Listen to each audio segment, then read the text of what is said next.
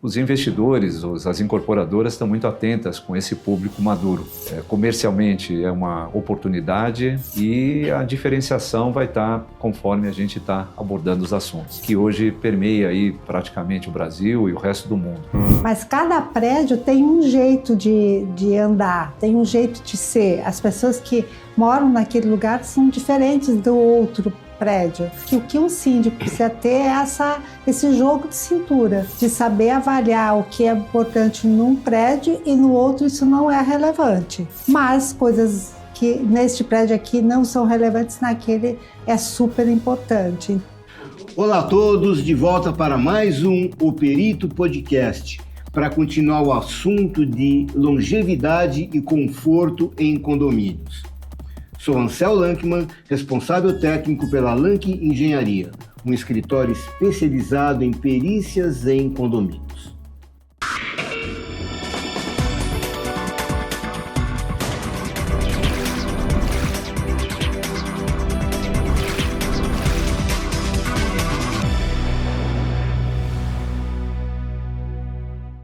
Para continuar o assunto, estamos recebendo de volta aqui o Charles Wasserman e a Janice Haupt, que já estiveram aqui uma vez e agora voltam para falar sobre serviços que cuidam melhor das pessoas em condomínios assim.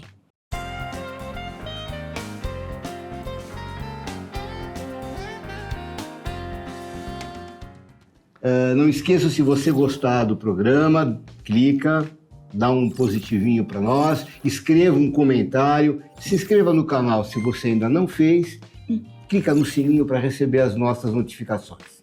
Tudo bem, Charles? Tudo bem, Janice? Tudo bem. Bom dia. Bom dia. Contente de voltarem aqui? Sim, bastante. E novamente agradecendo a oportunidade pelo tema tão importante. Bom, tão contente que voltaram, né? Tem isso, né?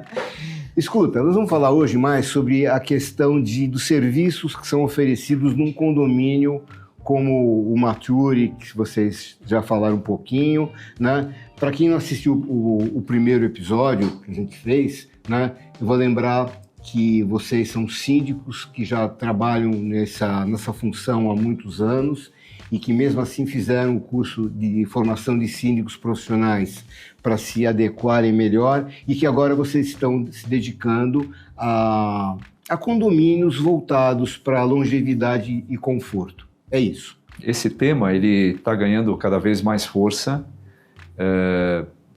da mesma forma aí que existe no mercado lançamentos aí de prédios compactos, estúdios e tudo mais, e os investidores, as incorporadoras estão muito atentas com esse público maduro, tá? E comercialmente é uma oportunidade e a diferenciação vai estar conforme a gente está abordando os assuntos. Mas é um tema que hoje permeia aí praticamente o Brasil e o resto do mundo. Tá? Vocês estão atuando nesse condomínio que está em implantação, que é o Mature Home Life. E eu estava lendo alguma coisa a respeito antes de a gente fazer a programação desse nosso programa e eu li alguma coisa sobre concierge com atendimento humanizado. A primeira pergunta que eu quero fazer para vocês, essa palavra concierge, a gente tem mania hoje de falar isso, né? Compliance, concierge. Ela está adequada para isso que a gente está conversando hoje? Sendo um pouco mais espontâneo, né? Pela primeira vez está se usando a palavra francesa ao invés dos termos americanos, mas ela realmente é abrangente e ela expressa a oferta de serviços. Para os condomínios residenciais, a gente tem que ter uma restrição, porque na parte legal esse termo não pode ser usado porque ele caracteriza a sua utilização estritamente em hotelaria. A concierge está ligado à hotelaria. Exatamente, é uma função definida e ela não deve ser usada para os condomínios, a menos que tenha as suas particularidades. Eu sei por quê. Porque aí as concessionárias de água e energia vão aproveitar e dizer que aquilo aí é um empreendimento comercial e vão querer aumentar a tarifa. Daí para cima, tá? E os sindicatos também vão atuar, vão querer expandir, tá? E o prédio, ele nasce no seu estatuto, na sua parte formal, como um prédio residencial. Então, ele não poderia ter uma função estabelecida de um funcionário exercendo isso. Porém, a gente pode utilizar o termo, tá? Como uma prestação de serviço, e aonde a gente está colocando que é uma diferenciação do nosso trabalho, tá, como gestor de serviços dentro de um prédio específico, no caso, né, que a gente está falando da longevidade e conforto. Quando a gente fala, então, como é que é o termo que a gente vai usar, então, prestação de serviços? Gestor de serviços. Gestor de serviços. Como seria, então, essa gestão de serviços pensando mais em atendimento humanizado? Não é simplesmente serviço, um prestador de serviço, tem que ter um contato mais íntimo, mais humano. Como seria isso? Então, a ideia aqui, quando se pensou no termo concierge, porque ele envolve de você estar muito atento às necessidades que a outra pessoa tem e você atendê-las. E aí não vamos aqui entrar em nenhuma especificação sobre essa necessidade. Pode ser desde que eu quero ir ao teatro hoje à noite e eu gostaria que você conseguisse para mim uma pessoa para me levar e me buscar lá. Ou eu quero fazer um passeio para o interior de São Paulo. Ou até assistir com você junto do lado. Ou até assistir, se for o caso, né? Então, ou fazer um passeio em algum lugar fora de São Paulo que seja contratado uma empresa e possa até formar um grupo de pessoas para isso. Ou que seja, por exemplo, o salão de beleza do prédio que tem um profissional que vai me atender e fazer meu cabelo, ou fazer a unha, ou o que quer que seja, né? Ou eu quero uma massagem, ou eu quero fazer uma sessão de pilates. Então, você entraria em várias situações da necessidade daquela pessoa individualizadamente, né? Então, não é uma coisa que eu vou fazer para um grupo, a não ser que tenha um grupo que queira isso. Mas eu vou pensar sempre no que aquela pessoa está me pedindo e qual a necessidade que ela tem e como que, da melhor forma, eu vou atender essa necessidade dela. Então, nesse sentido de ser mais próximo e mais humanizado, que pode ser até algo que vai ser colocado como toda semana vai fazer uma atividade ou outra, né?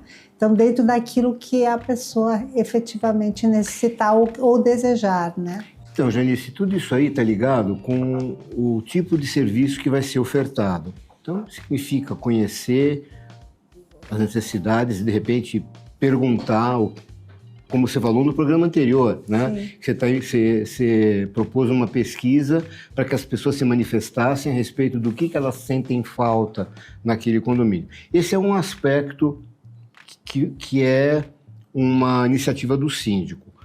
Charles, como é que você vê mais o papel do síndico na gestão disso tudo aí? Bom, a gente comentou que o papel do síndico profissional, ele basicamente, vamos dizer, o que se usa hoje são muitos protocolos, muitas atitudes muito rígidas. E nesse caso a gente tem que ter um pouco mais de flexibilidade, como eu falei anteriormente, a gente saber ouvir, saber entender qual é a necessidade daquela pessoa e poder fazer uma implementação de gestão adequada com essas necessidades. Via de regra, a gente também tem que, eventualmente, fazer uso de tecnologia, porque quando a gente fala da tecnologia, que eventualmente você nunca pode estar presencial nesses locais e você pode estar diante de uma situação adversa, de uma contingência, de uma situação como essa. Então, a preparação do síndico, nesse caso que a gente está colocando, ela é muito mais abrangente. A gente não tem que seguir, além de seguir os protocolos, né, que são de responsabilidade nossa, a gente tem que ter maior sensibilidade, tem que olhar um pouquinho para frente essas necessidades, tá? Que são diferentes de padrões comuns que a gente está vivendo hoje. Eu vou te dar um dado diferente para vocês. Quando um condomínio começa uma discussão sobre trocar um síndico orgânico por um síndico profissional, uma das coisas que se levanta muito, isso eu vejo em assembleias, que eu participo de muitas, né, é o seguinte: vai chamar um síndico profissional, mas ele vai impor aqui um monte de regrinhas que vai ser como uma vida num quartel. E não é bem isso. A gente sabe que, na verdade, um bom síndico é aquele que consegue equilibrar um regulamento que deve ser implantado e seguido com esse tratamento humanizado que o síndico orgânico, que é um morador, ele conhece, porque, na verdade, ele está lidando com vizinhos e não só com clientes. É isso, né? É isso, a gente usa dentro da engenharia, a gente usa alguns termos, né, não querendo fazer lugar comum, que sempre para o mesmo problema a gente tem mais de uma solução. E quando a gente fala de humanização, também usando outro termo da engenharia, que cada projeto é um projeto distinto.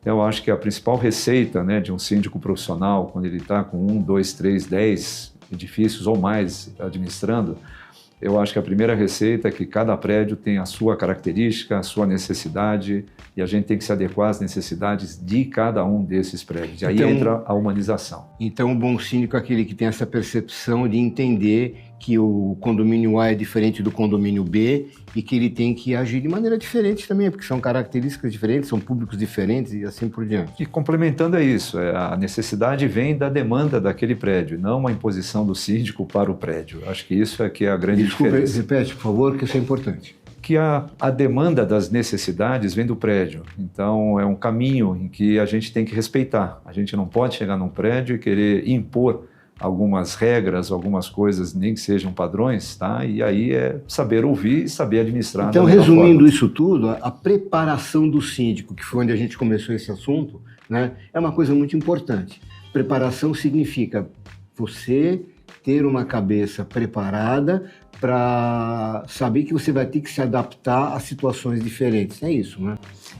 Eu penso que a preparação no sentido de você conhecer a legislação e o que a sua função é demandada, mas principalmente também aquilo que ela não pode deixar de fazer, né? Que seja prestação de contas, levantar orçamentos, prestar uma conta para os condôminos nas assembleias, que são obrigações do síndico. Mas cada prédio tem um jeito de andar, tem um jeito de ser. As pessoas que moram naquele lugar são diferentes do outro prédio.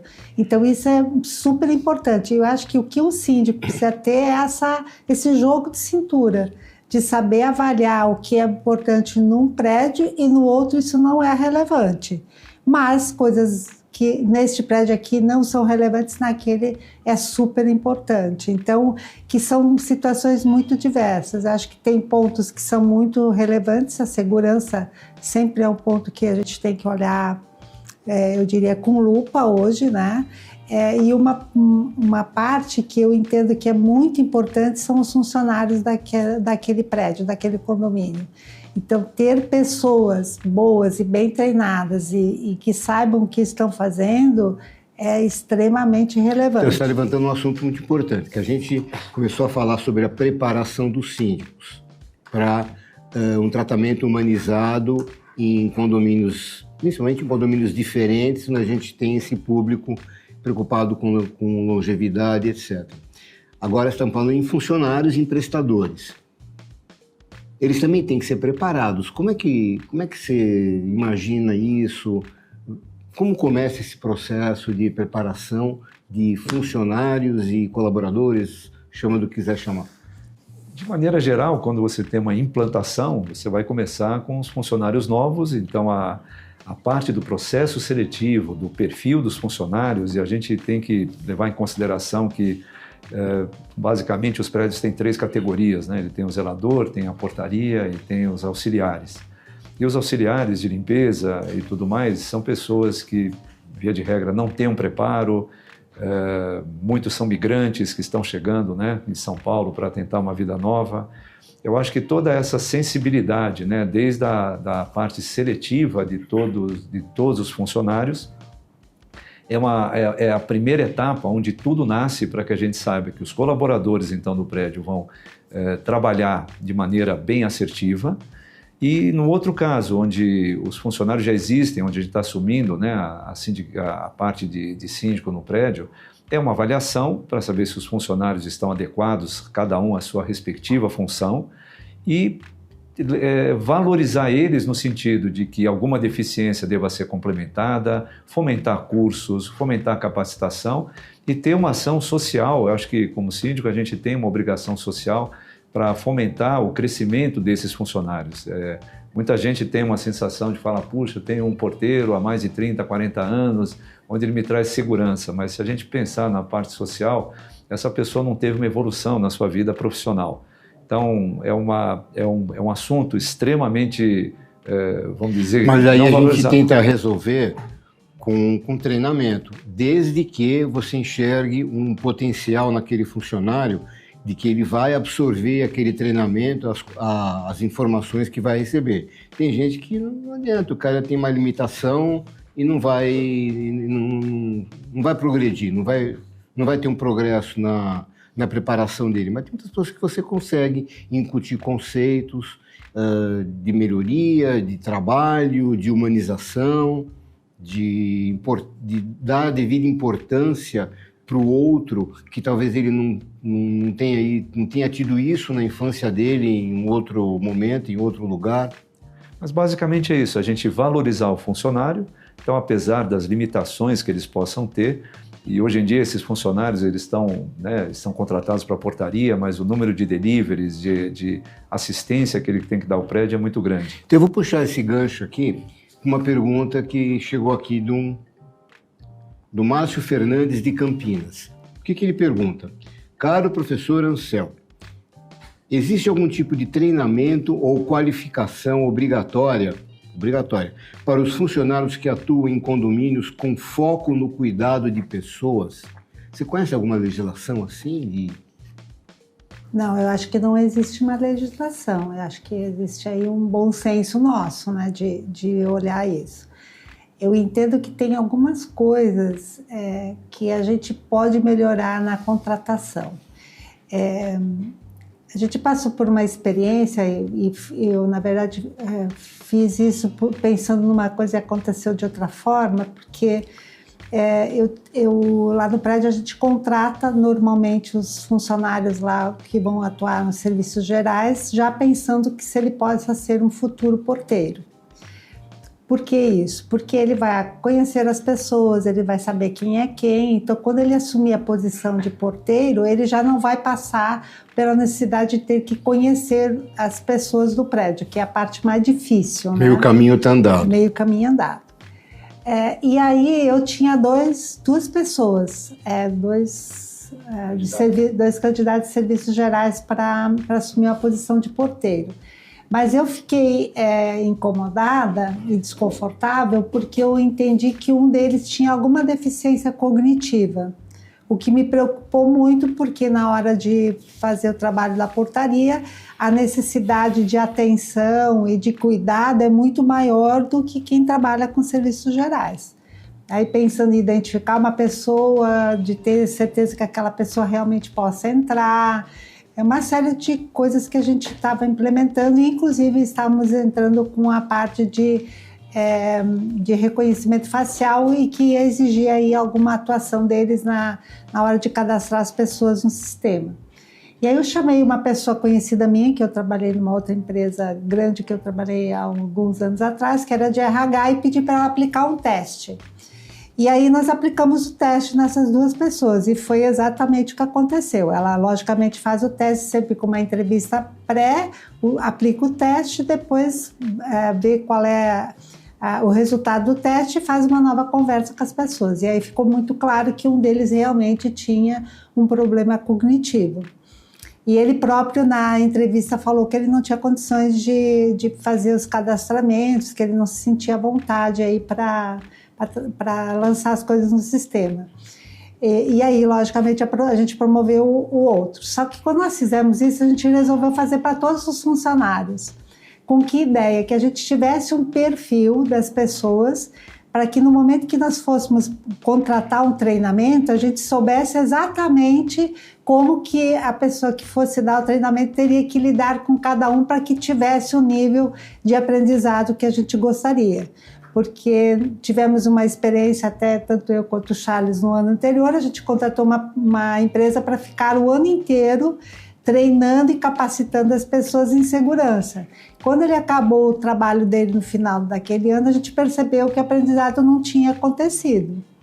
E a gente não entendeu bem o motivo, tinha aí uma ideia, e aí agora, diferentemente da outra vez, a gente está contratando um treinamento para as pessoas já com essa pré-avaliação de cada um. Ou seja, é muito mais focado na individualidade de cada um e a tendência é que o rendimento seja melhor porque cada um... Exatamente. E aí a gente atingiu uma outra coisa que a gente também não tinha pensado, que no meu caso, por exemplo, um funcionário que estava com um problema seríssimo psicológico e que a psicóloga que fez a entrevista me falou, olha, tem que procurar atendimento urgente porque ele está correndo sérios riscos. E hoje é uma pessoa que foi realmente, nós pagamos a primeira consulta para ele buscar esse atendimento e ele está em tratamento e está ótimo. E o que a gente também percebeu, o quanto que as pessoas se sentiram valorizadas com esse trabalho feito com eles. E também quanto que os nossos condôminos acharam interessante esse trabalho feito com os funcionários. Acho que foi uma situação muito assim, inusitada num lado, né? Mas extremamente positiva para os dois lados, né? Então, acho que se a gente conseguir começar a contratar as pessoas com essa demanda de você analisar melhor o perfil, você traz pessoas melhores, mesmo que elas não tenham a orientação ou treinamento, mas você possa dar e trazê-las para outro patamar, perfeito. né?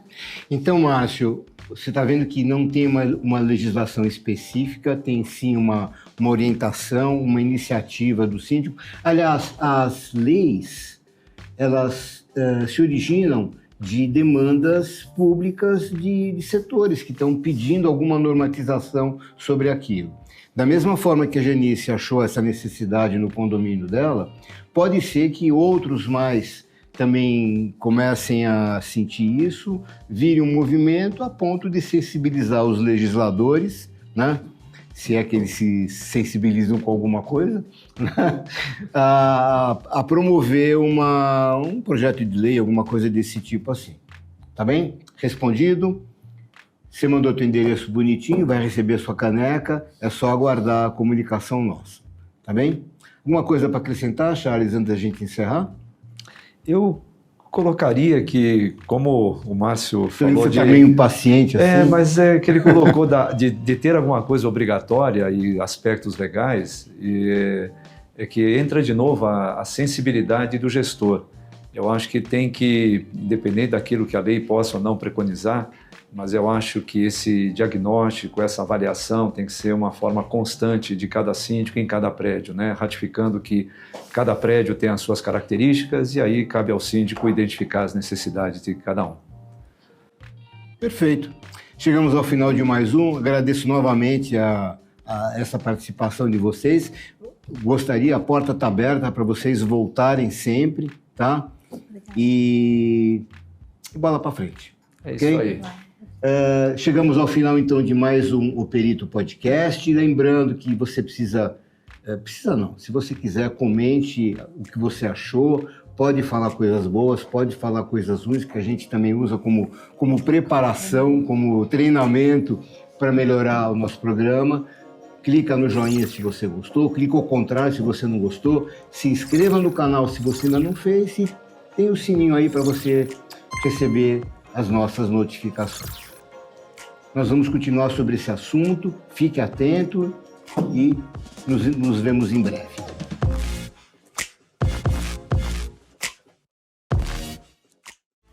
Conde TV.